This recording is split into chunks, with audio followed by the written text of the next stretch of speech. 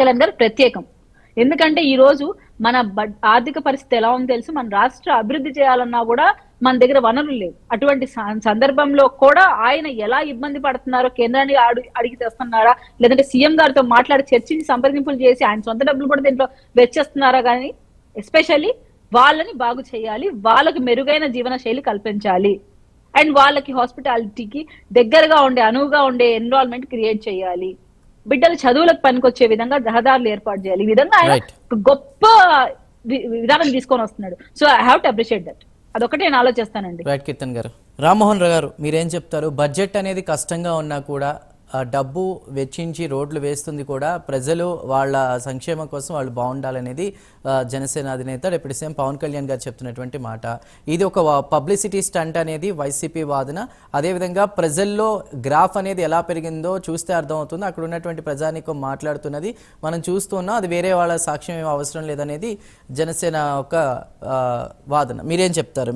మీ మాట ఏంటి? అంటే దాదాపు అడుగుకో గుంత గజానికో గొయ్యిలా తయారైనటువంటి పరిస్థితి గత 5 సంవత్సరాల్లో చూసుకుంటే, ఇప్పుడు రోడ్లపై ఫోకస్ చేసే దాన్ని బట్టి చూస్తే కనుక సూపర్ 6 అమలు ఇవన్నీ కూడా పక్కన పెట్టేసి కూటమి ప్రభుత్వం ఇలా ఒక ఇష్యూ నెలకో ఇష్యూ రేజ్ చేసుకుంటూ వస్తుంది అనేది కూడా చెప్తున్నటువంటి మాట. మీ కామెంట్ ఏంటి రామ్మోహన్ రావు గారు? చంద్రబాబు, మీకు అట్లాగే జనసేన ప్రతినిధి కీర్తన గారికి, వైసీపీ ప్రతినిధి లక్ష్మణరావు గారికి, ప్రైమ్ టైం ప్రేక్షకులకు నమస్కారం. ఆ పార్టీల కాలంలో నేను చెప్పులు పెట్టాను. వ్యక్తిగత విమర్శలు అసలు తెలుసు నా సంగతి. ఆ 3 కులాలకు సంబంధం లేదు, నాకు ఆ 3 పార్టీలకు సంబంధం లేదు. నేను ఒక వ్యక్తిగా, ఒక పౌరుడిగా దీన్ని విశ్లేషిస్తాను. డిస్క్లైమర్ మొదలు చెప్తున్నాను. ఎందుకంటే బండారంటే ఇంటి పేరుతో కులాలు లెక్క పెట్టే సమాజం మనది. అంటే అక్కడ ఏమైందంటే ఆంధ్రప్రదేశ్ లో కులగజ్జి ఇంకా పోతలేదు మనకి.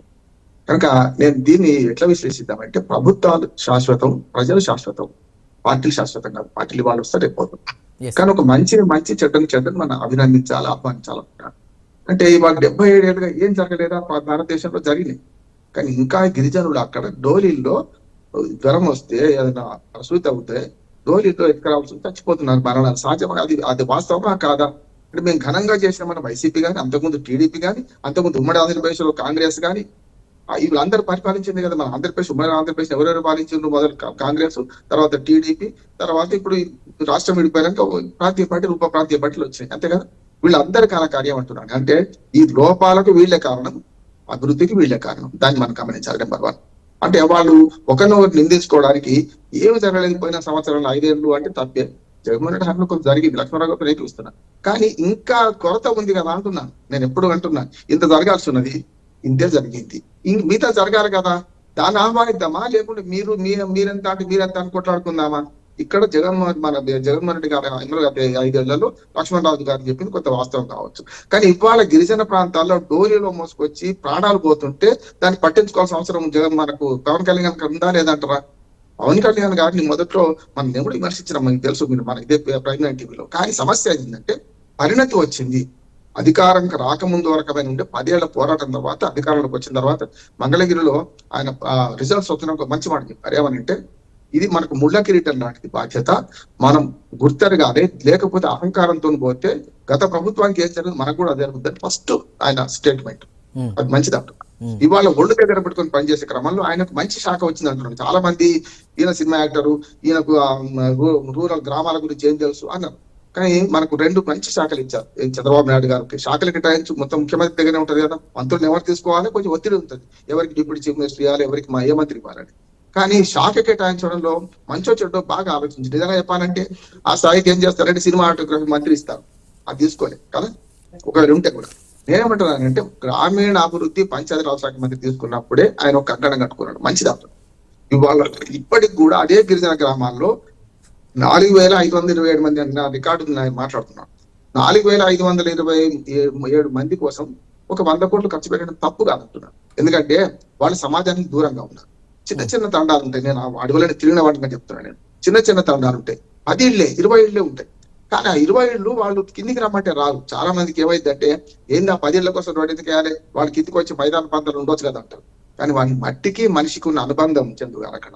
అందుకనే వాళ్ళు అక్కడే ఉంటారు. మీరు ఏం చేసినా రారు, సర్వ సౌఖ్యాలు కల్పించినా ఇక్కడికి రారు. వాళ్ళ జీవన విధానం అది. అడవుల బిడ్డలుగా అడవిలో బతుకుతారు. వాళ్ళకి మనం ఏం చేయాలి, ఎట్లా రీచ్ కావాలి, మనం రీచ్ కావాలి. ఇప్పుడు ఎట్లా అంటే మనకు మన నీళ్ళ దగ్గర గుర్రం వస్తుందా, గుర్రం దగ్గర నీళ్లు పోవాలి అంటే గుర్రం దగ్గర నీళ్లు రావు, నీళ్ళ దగ్గరికి గుర్రం పోవాలి. అందుకని ప్రభుత్వం గుర్రం అయితే ప్రజలు ఎక్కడ ఉంటారో అక్కడికి పోవాలి. అది నేను మంచి పని అంటున్నాను. ఇవాళ రోడ్ల నిర్ణయం అనేది పంచాయతీరాజ్ శాఖ మంత్రిగా అట్లాగే పవన్ కళ్యాణ్ గారిని అభినందిస్తున్నాను ఈ రోడ్డు వేయడం. అయితే గతంలో ఏం చేయలేదా నేను తప్పు, గతంలో అయినా కాదనట్లేదు, కానీ ఇప్పుడున్న కొరతను తీర్చే పని ఎవరైనా చేయాలి కదా. ఇప్పుడు వైసీపీ వచ్చినా చేయాలి, టీడీపీ వచ్చినా చేయాలి, జనసేన వచ్చినా చేయాలి. ఈ మూడిట్లో నేను ఏమంటున్నాను, నిష్పక్షపాతంగా పవన్ కళ్యాణ్ అభినందిద్దాము. ఈ రోడ్లకు శంకుస్థాపన చేసారు, ఇల్లు అలికిండ్రు, పండగ కావాలి. నేను ఇంకోటి చెప్తున్నాను, ఇవాళ 1-2 రోడ్లు వేశారు, తవ్వి చూపించారు, మనకు విజువల్స్ కనపడుతున్నాయి. కానీ రోడ్ల నిర్మాణానికి 6 నెలలు పట్టచ్చు, సంవత్సరం పట్టచ్చు. రోడ్లు ఇప్పుడు రోమ్ నగరం ఒకటే రాత్రి నిర్మాణం కాదు కదా, ఒకే రోజు నిర్మాణం కాదు కదా. ఈ రోడ్లు కూడా టైం పడుతుంది. కానీ ఇప్పుడు ఏంటంటే మంచి కాలం ఏంటంటే వర్షాకాలం లేక ఇప్పుడు రోడ్లు వేయడానికి అనువైన పరిస్థితి. ఇప్పుడు మీరు చూడండి, ఎప్పుడైనా వాతావరణ పరిస్థితులలో సిమెంట్ రోడ్లు వర్షాకాలం వేయాలి, తార్ రోడ్లు అయితే ఎండాకాలంలో వేయాలి, లేకుంటే చలికాలం ఇప్పుడే స్పష్టం ఏంటంటే. కనుక ఆ తార్ రోడ్ నిలబడాలంటే ఈ కాలం మంచిది, 6 నెలల టైం ఉంది మనకు. వర్షాకాలానికి ఇంకా జూన్ జూలై దాకా ఉన్నది, డిసెంబర్లో ఉన్నాం, 6-7 నెలల టైం ఉన్నది. ఈ రోడ్లు పూర్తి చేసింది అనుకోండి, పవన్ కళ్యాణ్ గారు ఎవరిని విమర్శించినా ఇప్పుడు క్షేత్రస్థాయిలో చంద్ర గారు మన కళ్ళ ముందు కనపడుతున్న నిజాన్ని అయితే ప్రజలైతే గుడ్డి వాళ్ళు కాదు కదా, గమనిస్తారు కదా.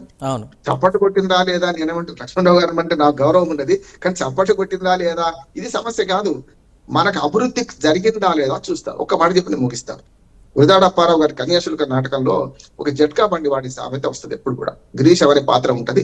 ఆ జట్కా బండి వాడు ఏమంటాడంటే, పోతూ పోతూ గిరీష్ చాలా పెద్ద లెక్చర్ ఇస్తుంటాడు ఆ జట్కా బండి ఆయనకి. ఏమనంటే స్వాతంత్రం వస్తే అప్పుడు 1891 రాశారు గురజాడ అప్పారావు గారు నవల, ఆ నాటకం.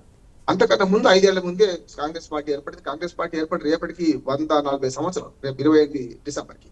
నేను ఎందుకు చెప్తున్నానంటే, కాంగ్రెస్ పార్టీ వస్తే ఏమవుతుందని ఆ గురజాడ అప్పారావు గారి నాటకంలో గిరీష్ పాత్ర మాట్లాడుతుంటారు. స్వాగతంలో వస్తుంది.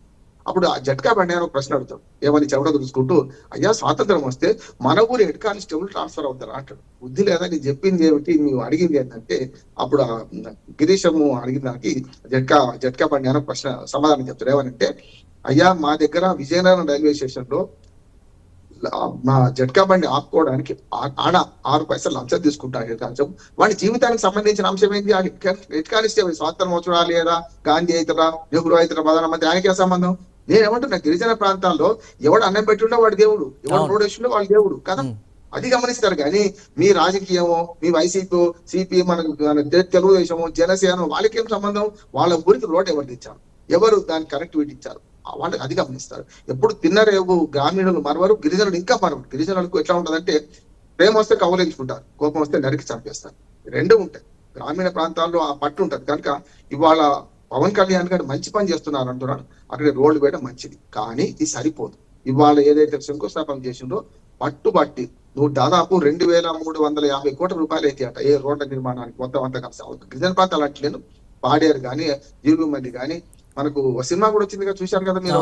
గిరిజన ప్రాంతాల మీద మంచి సినిమా వచ్చింది.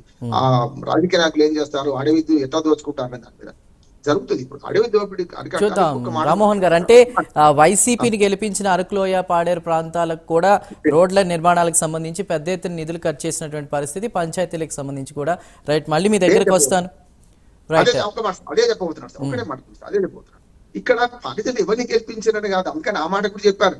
ప్రజలు ఎవరిని గెలిపించి వాళ్ళ ఎమ్మెల్యే కూటమి ఎమ్మెల్యే గెలవడే అక్కడ, అయినా చేస్తున్నాను అన్నాడు. ఎందుకంటే ఇప్పుడు ప్రభుత్వం శాశ్వతం సార్, ప్రభుత్వాలు ఉంటాయి. ఆడ ఎమ్మెల్యే ఎవరు చూసుకుంటూ కూర్చుంటే మరి అప్పుడు ఓట్లు వేసిన వాళ్ళకి అయితే కూడా 11 సీట్లే కదా బయటకు పోయి, 11 సీట్లకు ఏం చేయకుండా ఊరుకుందామా, తప్పు కదా అంటున్నాను.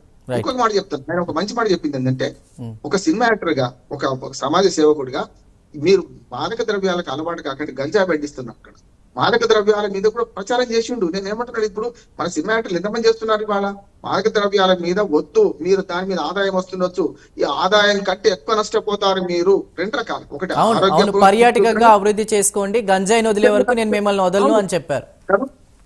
ఈ మాట చెప్పిస్తున్నాను, తర్వాత మాట్లాడతాను.